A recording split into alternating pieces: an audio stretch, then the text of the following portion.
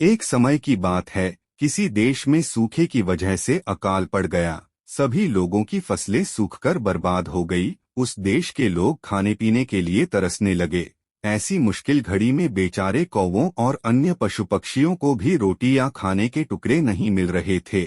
जब कौवों को काफी दिनों से कुछ खाने के लिए नहीं मिला, तो वे भोजन की खोज में जंगल ढूंढने लगे।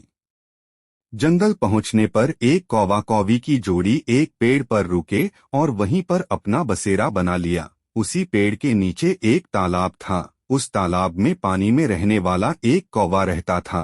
वह दिन भर पानी में रहता और ढेर सारी मछलियां पकड़कर अपना पेट भरता रहता था। जब पेट भर जाता था, तब वह पानी में खेलता भी था। वहीं पेड़ की डाल पर बैठा कौवा जब पानी वाले कौवे को देखता, तो उसका भी मन उसी की तरह बनने का करता। उसने सोचा कि अगर वह पानी वाले कौवे से दोस्ती कर ले, तो उसे भी दिन भर खाने के लिए मछलियां मिलेंगी और उसके भी दिन अच्छे से गुजरने लगेंगे।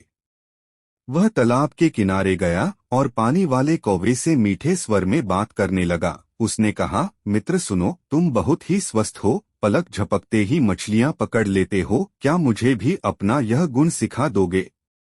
यह सुनकर पानी वाले कौवे ने कहा, मित्र, तुम यह सीखकर क्या ही करोगे? जब भी तुम्हें भूख लगे, तो मुझे बता दिया करो। मैं तुम्हें पानी में से मछलियां पकड़कर दे दूंगा और तुम खा लिया करना।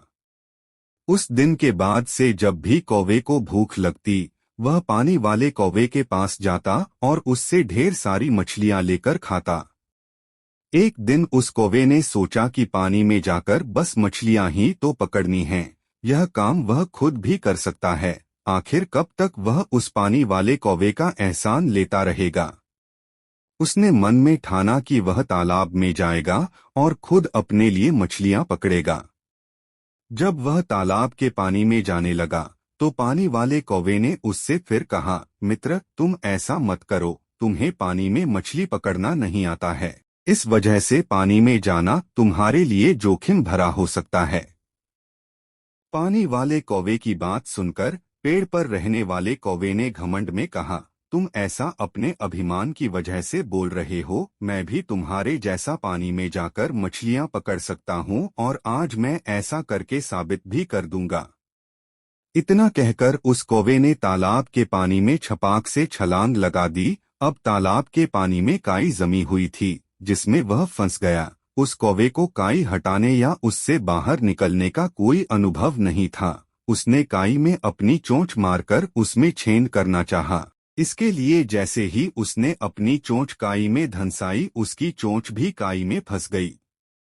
काफी प्रयास करने के बाद भी वह उस काई से बाहर न निकल सका और कुछ देर बाद पानी में दम घुटने की वजह से उसकी मृत्यु हो गई।